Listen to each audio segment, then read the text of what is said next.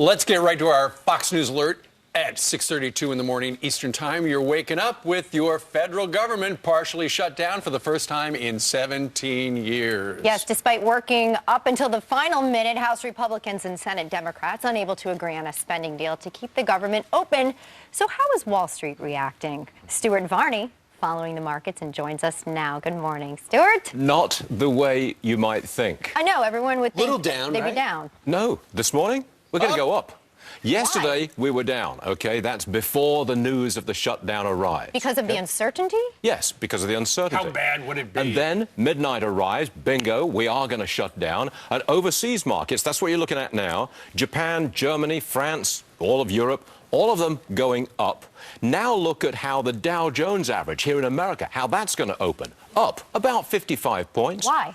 Well, there's a very limited economic impact from this shutdown. Right. I don't know how many millions of dollars a day it's costing, but it's not that big a deal economically speaking, Yet? okay? Yet. If it goes on for a month, that's a different story. But if it's a few days or a week or two, the impact economically is not that great. Plus, there have been 17 shutdowns since 1976, ranging from 1 to 21 days. On no occasion was there ever a stock market meltdown because of those shutdowns. Sure, when Ronald Reagan was president, he and Tip O'Neill came to loggerheads a bunch of times. There would be government shutdowns for a day, a two, a week. Then they'd sit down, they get stuff done. A little different than things are right now. However, what's different about this equation is we're so close to the debt ceiling debate.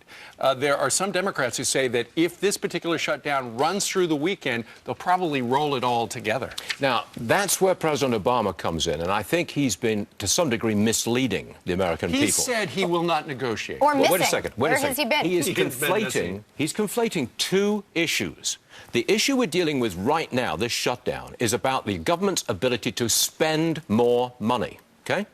The issue that comes up on October the 17th is our ability to borrow more money. That's the debt ceiling.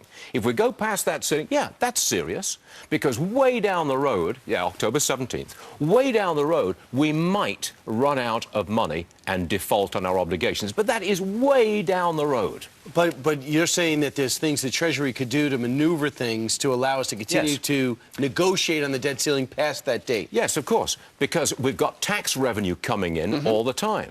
You use that tax revenue to pay the principal on your debt and the interest on your debt. That means you do not default. So we don't actually run out of money. Do you understand legislatively why people say the GOP has leverage on the debt ceiling but not in this debate? Yes, because if we go past the debt ceiling, that is a much bigger problem for President Obama. The president has to go to the table. Well, President Obama is the CEO of America. Sure. It is his job to organize our finances. If he goes up to that deadline, doesn't negotiate, and we go across that deadline, the blame falls, I think, largely on him. So it would be in the Democrats' best interest to get things done quickly, wrap up this shutdown as quickly as possible, whereas if it, they get together, they merge both of the debates, then that would be better for the It's a political Republicans. calculation, Right. isn't it? Who gets the blame? Right. Who gets the blame for the shutdown? Who gets the blame if we go beyond the debt It's ceiling? anti-leadership. Leading up to the 17th, the market will be where? I don't know. Okay. Elizabeth, if I could tell you that, I would be worth a couple of billion dollars.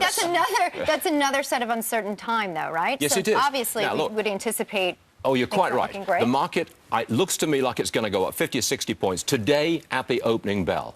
Down the road, different story. As we approach the debt ceiling, that could change entirely. Elizabeth, you know what, dude? I'll give you Cavuto's extension. He'll know. Oh, great. I haven't We're going to gotten be that watching yet. Stuart Varney this morning at 9:20 Eastern Time over on the Fox Business. Oh, it's just great to be with you guys. just great. I did Government's comment. partially shut asked down, a but you're question. open for business. I am open for business. Yes, I Telling am. us the future. She had a question you didn't want to answer. Move on, Brian.